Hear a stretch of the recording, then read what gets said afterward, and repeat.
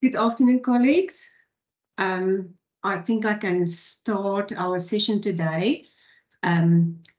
It feels like I've done this ages ago, but it was not that long ago. It was a few times last year. I hope you can all hear me well. I'm Suzette Els, and I'm based in finance division. So I'm a senior accountant in finance. I'm not with the Division of Research Development anymore, but I've agreed with them to continue with the presentation of budgets, and we will also do some financial reporting presentations during the year. Can you all hear me? Can I have an indication, please? Yes, thank you. Okay, all right.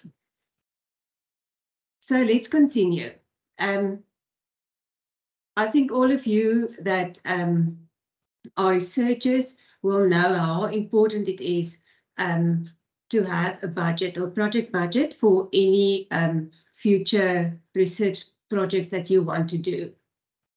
And we compiled a sort of summary for the process of when starting or thinking about a research project and doing a proper budget and see if you have all the steps in line so that nothing is skipped and nothing is left out. So I hope that after the session, you will have a lot of research projects coming in and a lot of funding coming into the university, which is only a good thing. And remember that in the Division of Research Development, you will find all of the services that you will need to fulfill your research project in full and successful.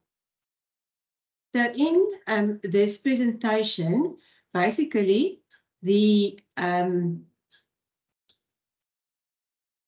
outline is that a project will have a planning part, execution part, and a closing part.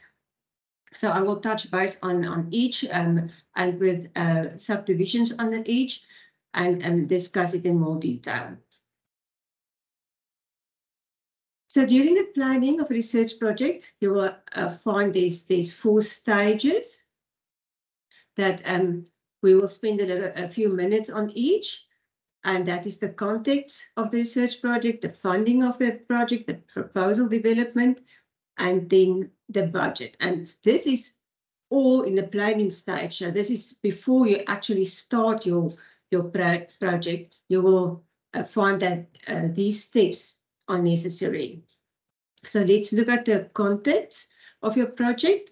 A few things that you need to know and that will be applicable on all research projects and all contracts is that we must adhere to the NIPMO IPR Act.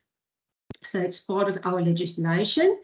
Then we also have the university's policies, the procurement policy, and then the newly implemented ICRR policy and full cost policy that are applicable from the 1st of January this year. And then there's also funder guidelines and regulations. So some funders will have formal guidelines, especially your bigger funding institutions, and then others will have just basic, and it's normally discussed during the planning stage.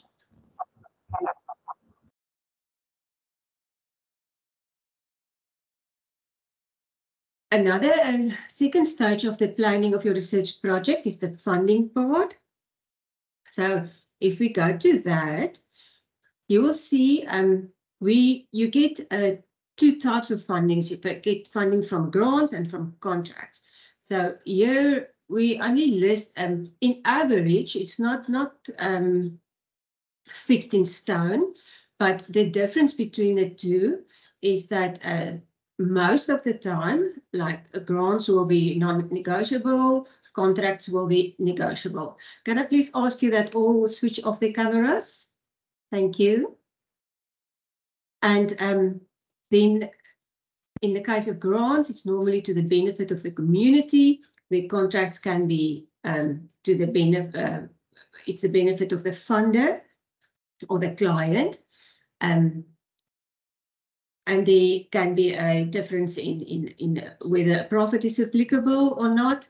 And also the ICRR is normally prescribed by some, by others it is according to our policy at the university. And some other differences, you will get publication requirements from some of your grants or funding and some of other not. And sometimes on the reporting part, so there will be funders that as a requirement of financial reporting or auditing, and some don't. So all of this you will find in the funder requirements and guidelines that will be available. If it's not clear, I will suggest that you discuss that with the funder and make sure that they don't want or they want financial reporting, whether an external audit will be applicable, because remember there will be costs involved if there's an additional external audit outside of our normal university statutory audit that we have. Yeah, and let's go to the next part. That's still part of the planning of your research project. You will start with, to do your proposal or think about how your proposal going to be, how you will develop the proposal that you are will send out to the funder. And when that is complete, you will see that sorry, I'm too fast for my okay. And then we will continue to the budget. The proposal development, that is when you start with an idea, you want to do research on something, there's a gap in the industry or the market or something that you need to do research on. You form a concept, you do a proposal, send it to the funder or have some discussions with possible funders. We also have the DRD office sends out communication regularly about funding calls that are available. So please check your emails when you receive that. There's a variety of funding that is available to use for any research. This is just a summary in the process of your planning. You start with your concept, you have a budget design, you have the funder policies and guidelines and reporting requirements, all things that you need to know beforehand. And then when you get to the stage where you have to conclude a contract with the funder, all of these things will be in place.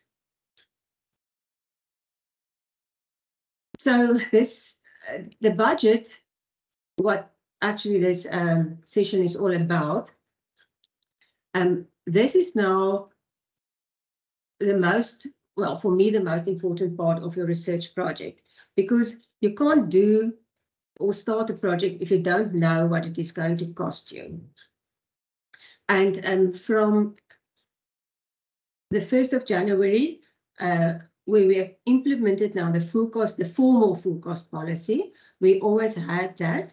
And we always recommended to do a budget on full cost. It is now compulsory to do for each research project, you have to do a budget on full cost. We have a full cost budget template available, formal template. and there's a separate template or another template for clinical trials because it's a little bit different than the normal full cost template. You will find the template on DRD's website. Also, the new policies that are implemented as the 1st of January. You will also find that on the website. I'll get to the question. There's a question that asks, what do I mean by full cost?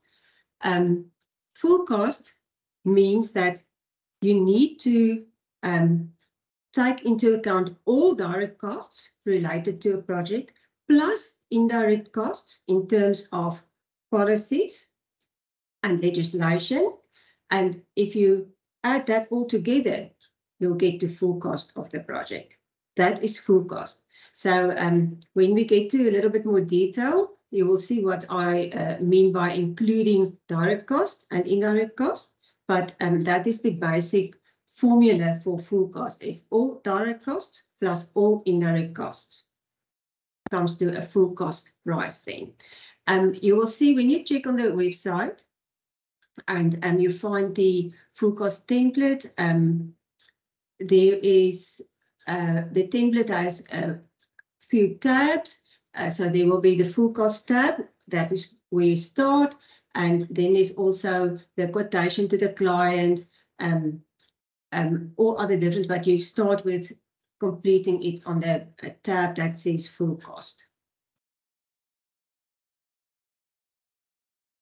There's some, let me just check, I haven't skipped some. Oh yeah, I wanted to say that we have the two types of templates available, but some of the bigger funders like Bill and Melinda Gates or NIH or Mellon, they have their own templates for budgeting, which is fine.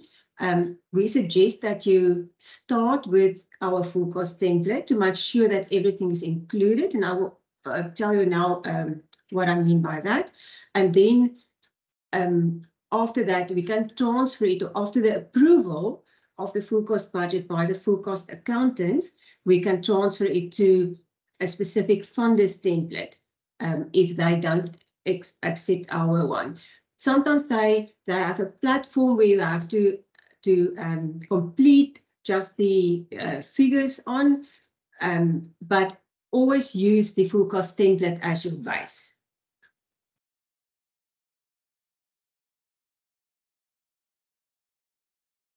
Okay, I see there's a link for the DRD templates. Thank you very much. Some budgeting basics to take into account is just to remember is to check on the funders guidelines. And some of them are very strict. So some of them will allow like a salary or remuneration for the PI, the principal investigator or the researcher. Some of the funders do not allow that. Some will allow payment of bursaries. Equipment is normally can be a very tricky item, so they will say, okay, we allow the purchase of equipment, but it is normally capped to a specific amount. So you can't go and buy a laptop for equipment for 100,000 Rand. They will cap it to a certain amount. So that is why I say that it's very important to, before you start your budget, to make sure what is the funders' requirements, what is their guidelines, what will they allow as eligible costs, and what will be ineligible costs. So this is just a few items that I know they normally will set out in their guidelines. Another thing to make sure of, and you can normally discuss it with the funder.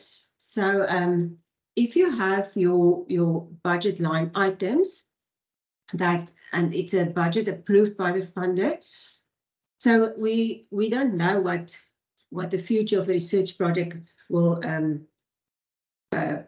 hold, but you can there can be deviations. So make sure that they will allow for a certain percentage of deviation from the budget, or whether you will be allowed to move some of the budget expenses between the different budget lines than what it was originally budgeted. So some of them will allow for a deviation of 10% or 20%, or some will ask you to, after a while, to do a rebudget and see if it's necessary to do a total realignment of the budget lines. But it's good to discuss that beforehand with the funder, and if needed, set it out in a paragraph in the contract. I've seen that in funders' contracts where they say we do allow this, so it's full part of the financial guidelines. Exchange rates. So sometimes, well, most of our funding, a lot of our funding comes from abroad, from foreign funders, and then we need to take into account exchange rates. So some of them will say, okay, you can budget in local currency, but some are required to budget in their currency. So make sure that you are not totally out of line with what the exchange rate is at the stage of your budgeting. Especially now with exchange rates, that's not looking very good. Well, it's not good for paying out, but it's good for coming in. If the budget goes over a time period, and I think I will touch that also later on, but is to make sure that you make provision for inflation if your project will go over more than 1 year, more than 2 years, to provide for any possible price increases that we might have. Capital equipment, I've discussed that. Make sure that there's not a specific limit on the amount that must be spent on or can be spent on equipment. And then the other thing is, some of the funders, as I said, will require financial reporting. So make sure that you know exactly what the requirements of the funder is. This in the previous slide is just some basics on budgeting that I think is important to take into account when you start your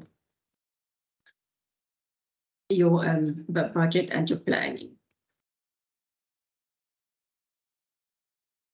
I'll check on the notes just now and just see if I haven't skipped something now from the guidelines. Yes. Okay.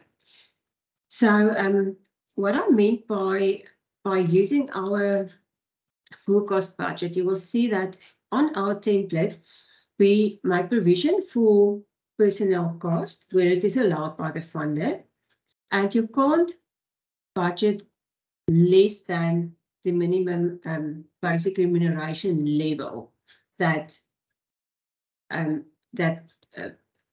Stellenbosch University is paying. So the template is set up with basic remuneration level. Remember, full cost means direct cost plus indirect cost, but direct cost in the sense of that is your minimum cost.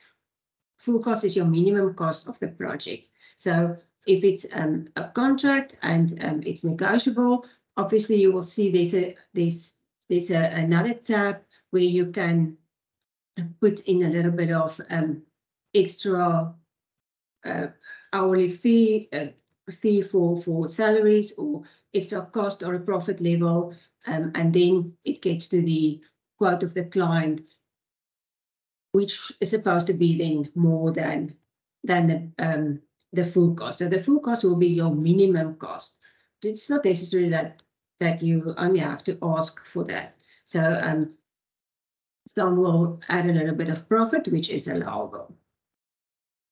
And the template also already provisioned for the calculation of the ICRR, which is the indirect cost recovery level, recovery rate. That is our indirect cost levy, or the university levy, as most of you know it. It is currently 20% on income or on turnover. You will see on the template, it calculates 25% on direct cost. So if you do your maths, 25% on direct cost is equal to 20% on income.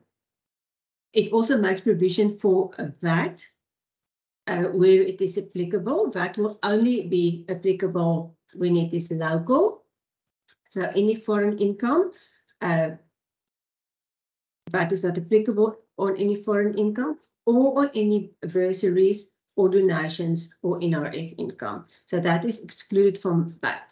So when you do a full cost calculation, you will find that it automatically calculates the 15% VAT. But if it's not applicable, so if it is for a foreign donor, then you just delete that part or the formula of the VAT. Bursaries, you will find bursaries at the bottom of the full cost template. Then it is automatically excluded from ICRR and automatically excluded from VAT. I'll explain the calculation of the 25 and the 20% just now.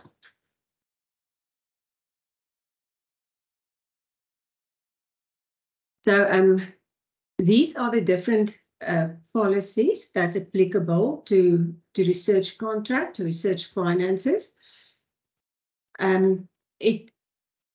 These services you will find is like a one-stop service at Division of Research Development. You will find people that specialize. There's the ethic departments, the conflict of interest, the contacts management. We have all 5 or 6 legal advisors dealing with the contracts of research projects. Intellectual property will be handled there. And remember, intellectual property, we have to adhere to the IPR Act or the NIPMO Act, its legislation, and we will always look in the contract whether there will be any IP applicable or not. And if you go and read through the new the new ICRR, the indirect cost recovery rate policy that is on the website, you will see that the IP percentage for indirect cost is 24% and not the normal 20%. I think that is the main change or difference on the ICRR policy that's been implemented from the 1st of January.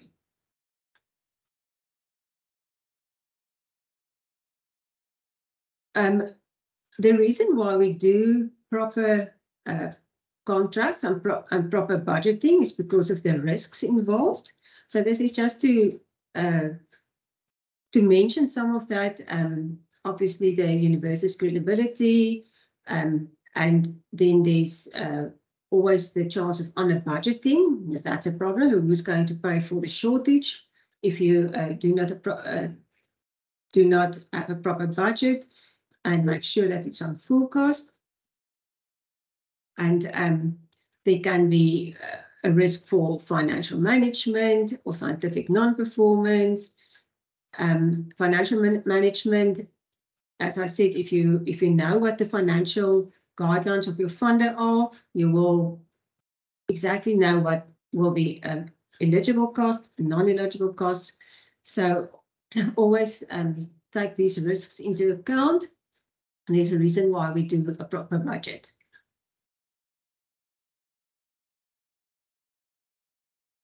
Some of the funders require that you need to justify any cost that you are budgeting for.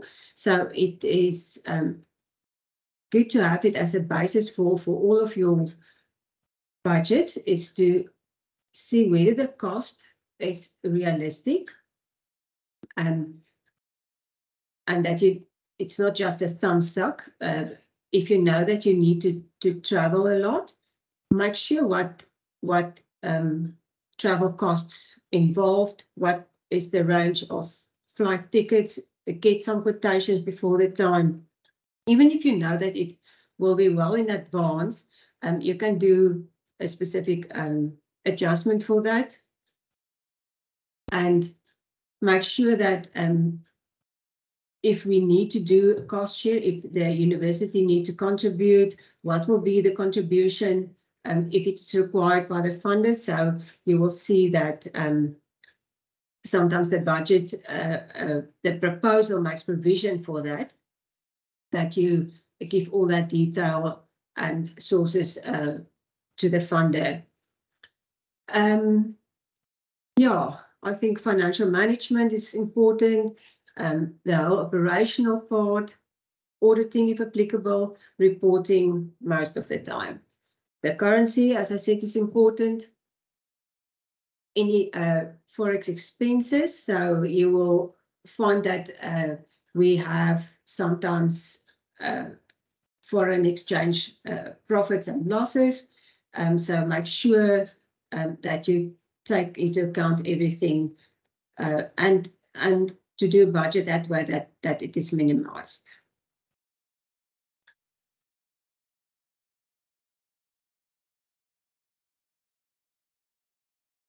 Sometimes, well, I said that sometimes you need to do a budget for 3 years, 5 years, sometimes longer. I think the forecast template at the moment provides 4 years or 5 years, but it can be, you can just ask the forecast accountants if you want to do a budget for a longer period than that. And the most important thing to take into account is when doing a budget over a longer time is to make provision for inflation. We work on a basic of between 6 and 7%. I think the salaries is set on a 6% increase, I think, which is a good average to use for inflation also. And another important thing to remember, if you have to do a budget over a time and it is in a foreign currency, so it's difficult to predict what the currency or the exchange rate will be in 2 years or 4 years or 5 years time. But we recommend that that you use the rates from the Bureau of Economic Research, that is part of the university. You can contact them. They give out, I think, an estimate over 2 years, but if you want a longer time period of what they estimate the exchange rate will be, please ask them and take that into account when you have to do a budget over more than, say, 2 years and in a foreign currency. Managing cash flows. So sometimes we find that funders will pay in advance. They will give some funds, startup funds, in the beginning of the project so that you have something to start on. But sometimes, like NIH, for instance, and I think also Wellcome Trust, they work on a spend and claim basis. So you first have to spend, and then you can afterwards claim from the approved award. In that case, it is you have an empty cost center. You need to spend, but you have an approved contract. So there's 2 ways to overcome that, to have a better cash flow. And the one will be to apply for a facility. The cost center can apply for a facility at Marina Kotze at FBS. There's a form. Yes, Bureau for Economic Research, BER, for any forex projections, yes.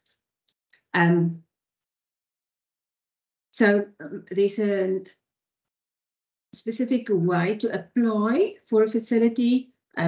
She will help you. It's a form that must be filled in. It is something that must be approved by the dean.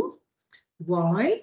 Because if anything goes wrong, the faculty will stand good for that facility. So it is a formal application and it will be approved by the dean. That is in the case where you need to get the facility on a cost center to have funds available to spend, because the award that you have is a spend and claim. You first have to spend and then you can claim. That is the one way. The other is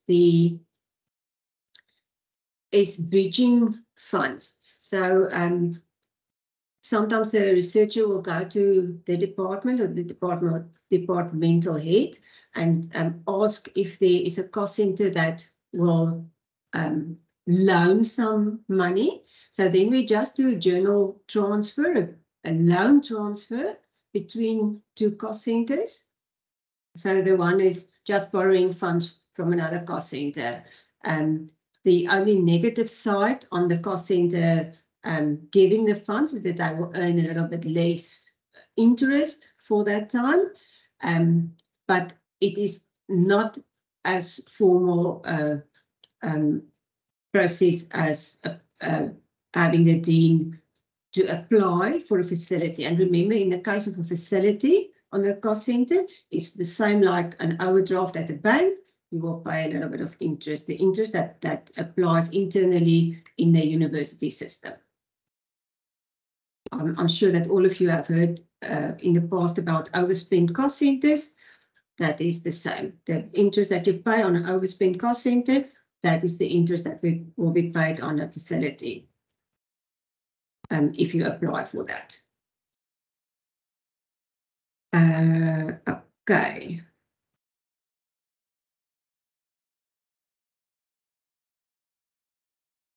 Just want to check that I don't miss anything. Yeah. Responsibilities in this whole process. As I said, at the Division of Research Development, we have legal advisors that will assist you with the contract with your funder. They'll check all the legal terms, they'll check the requirements.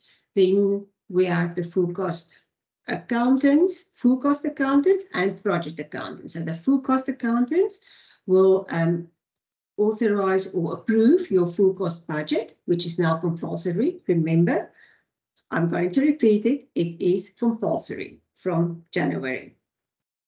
And then the principal investigator overall will be responsible for the project, but also see what is the funder's requirements, the whole project design, and obviously the proposal,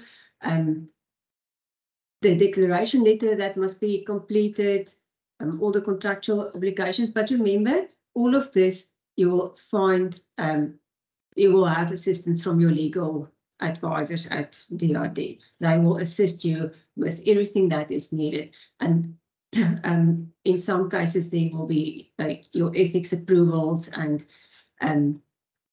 they also check on whether there's any IP applicable, and but they will assist you with that. Nothing that you need to worry about.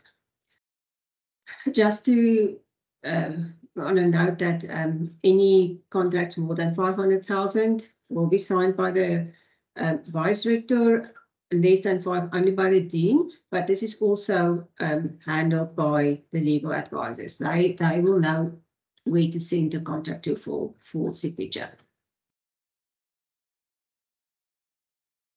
the rest of your, if you have now started your project, all of your transactions, all of your payments, the physical execution of your project will lie in your department. You as researcher or principal investigator, in your department, all of the payments and the orders and invoicing to the funder, that is all handled by the financial administrative person within the department. But after that, when you are sure what the financial requirements or the financial reporting requirements of the funder are, we at DRD have project accountants that will assist you with the financial reporting, and all financial reporting must be signed off, can only be signed off by Renette Ace, who is the Director of Financial Services. No one else have the authority to sign off or the delegation to sign off on financial reports. Only she can, but project accountants will assist in compiling the financial reports that will be signed off by her. I haven't seen the last question. Let me just check.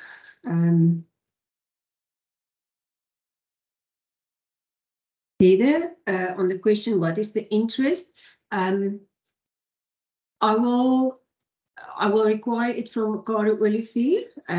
It's normally prime less 4, I think, or less 5, but under correction. So if you want to know what the interest, the paying interest and the receiving interest is, you can always contact Caro Olivier. It's part of a division, but I'll also get that information and maybe send it out with the presentation to whoever's interested. The other question, we have been trying to get feedback on contract was sent in for signing to the contacts office in Japan. Do you know who the assigned legal advisor is? You can, if so, you can afterwards contact me and I'll try to follow up on that one. All right, that was the last question, and then let's see. Then, this is like a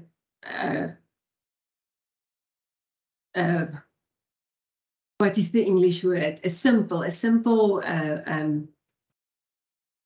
example of the full cost budget. So this is just like part of the budget is the second page and another page. So you will see in this first part, there is the part where you will budget for personnel. So it will give a down menu where you can search the post level, and the moment when you select the post level, the minimum hourly tariff according to the basic remuneration level will automatically appear there. So the basic remuneration levels looks like this. It's been updated every year, so I think 2022 now is in the past, so it will start at 2023, and I will, on this template, put in the newer one. I think we have one for 5 years.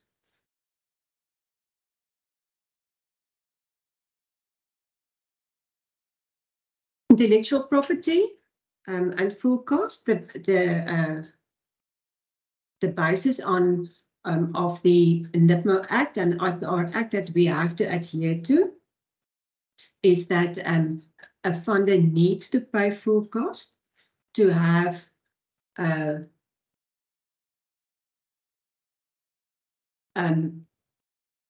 have the IP. So if a funder pay less than full cost, they can't have the IP if it's applicable on a specific project. So if If they don't want the IP, and that by 70% for the direct cost, they can have the commercial rights. So this is all part of the IP Act, and the legal advisors will also assist on this part. So this is the reason why you need to make sure that you budget on full cost. So if there's any IP applicable, that everything is included.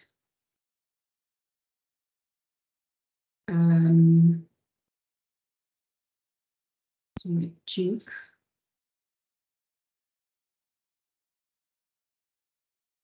Sorry, I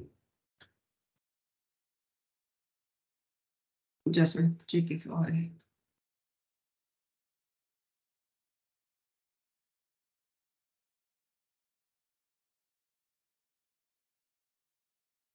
For some other reason, I can't continue now on the slides. Oh, here it is. Okay, sorry.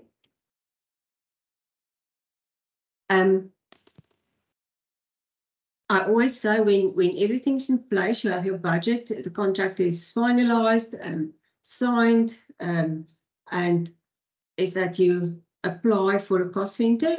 Every new contract, every new project, please a new cost center. Cost center serves like a bank account in the whole of the university that makes reporting much easier. If you record all the transactions or everything relating to the project into the specific cost center, the cost center application, there's an application form that's available to apply for a cost center. You can just ask finance or any of the accountants, faculty accountants can provide you with an application form, and it is sent to Mary-Ann Swanepoel, and she will open the cost center for the specific contract. You will receive a contract number. It's normally a S number, S00 followed by 4 digits. So the moment when the contract is signed, you will get the S number, and the rest of the procedures to finalize the contract will then be done on that S number. And the contract number will also appear in the heading of the cost center, in the name of the cost center. It is important to record all your transactions in the correct periods of reporting. So especially when you know that it comes to the end of the project, make sure that everything appears in the cost center before that end date or the end of the reporting date, and that includes your salary recoupments. So in most of the departments in the university, salaries are paid from a central departmental salary cost center, and the recoupments come from the project cost center. Please do the necessary journal in the correct time frame, because when we do financial reporting, and I would like to have another session later in the year specifically on financial reporting, is that we take into account what appears in a specific period on the cost center. If the reporting period is 1 January to 30 June, we take into the account the transactions 1 January to 30 June. So if you want to have to report on specific things, make sure that appear in the correct time period on that cost center. Never mix any funds within the cost center. Don't pay 2 or 3 funders' funds into one cost center. It's just a recipe for disaster, that.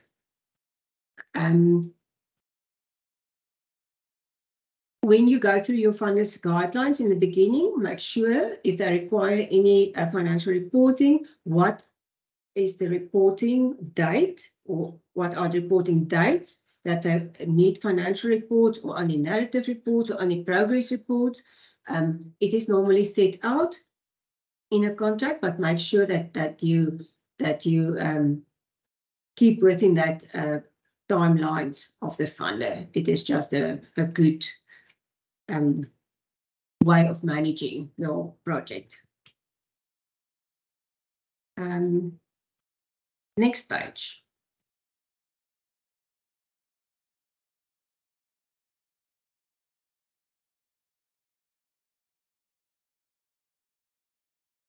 I think this is almost the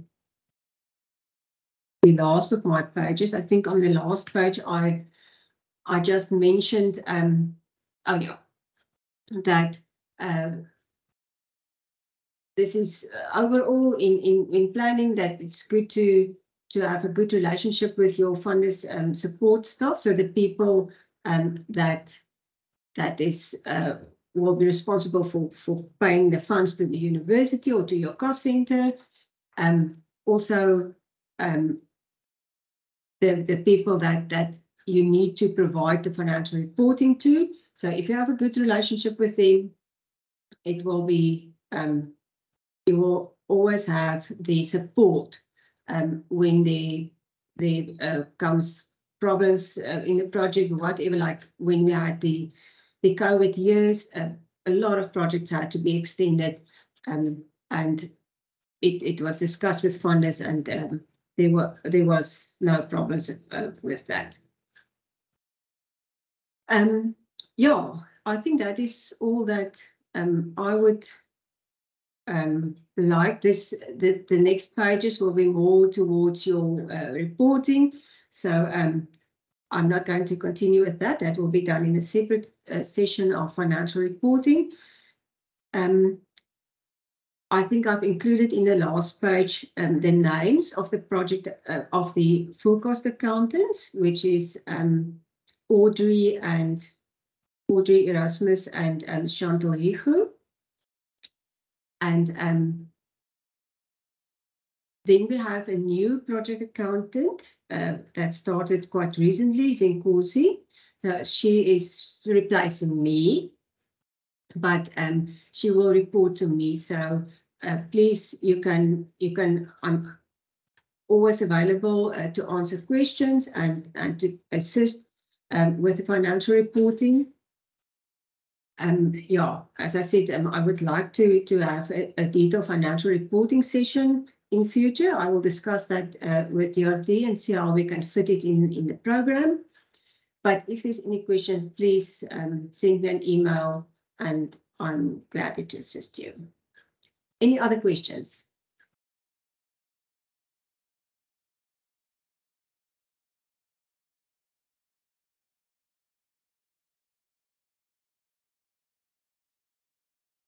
There's a question. Are retired staff considered external workers? Yes, they will be external workers. It depends on how they are appointed and how they are still involved, because you get retired researchers that's still involved in research in the university. They're not full employed staff anymore, but they still have the email address, and also most of them will have access to the build-up research funds over the years.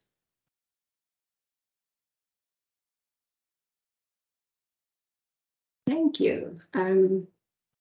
Overheads negotiable? Yes.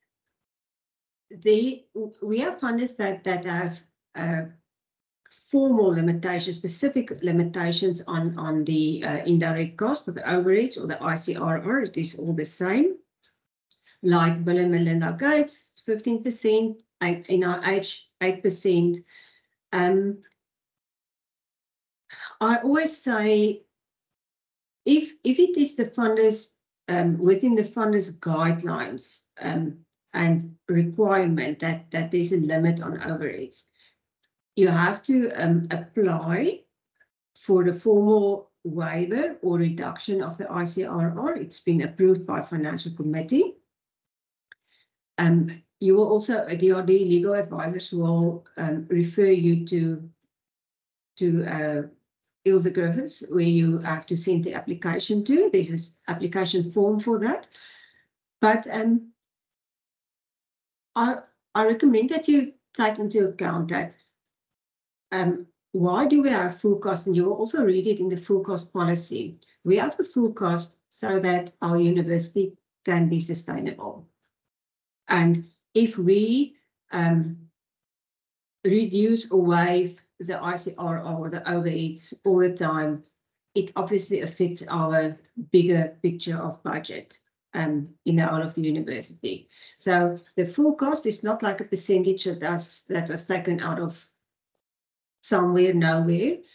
It's a specific calculation based on the costs of the university and for services rendered centrally by the university to departments like the library, like legal, like finance, DRD. It's all centralized services, but available for the whole of the university.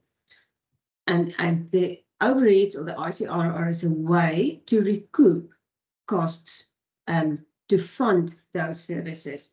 And if we all of the time will budget under full cost, then obviously it won't be sustainable. So normal third and fifth stream income will be subject to ICRR, to the full 20% on income ICRR, except where we have specific restrictions like a Bill and Melinda Gates or an MRC or an NIH that we have approved ICRR percentages. Yes, we have another session in the second semester in May. You must keep your eye out on the DRD communication. There's a 3-day session at STIAS where we will present all aspects of DRD. So it will be the ethics, IP, contracts, budgets, financial reporting will be presented at STIAS in person in May, and then the same will be in August, but that will be online. But this short session, which is supposed to be only half an hour, I see that before over that, but this is presented 4 times a year. But I would want to change it to have 2 project budget sessions, 2 financial reporting sessions. And this reporting will be sent out to everyone, yes, plus the presentation, the notes. Thank you. Thank you very much for attending this session. And yeah, if there's any question, I know about the calculation of the 20-25%, please send me an email. I'll do an example and then you will understand it better. Goodbye, colleagues.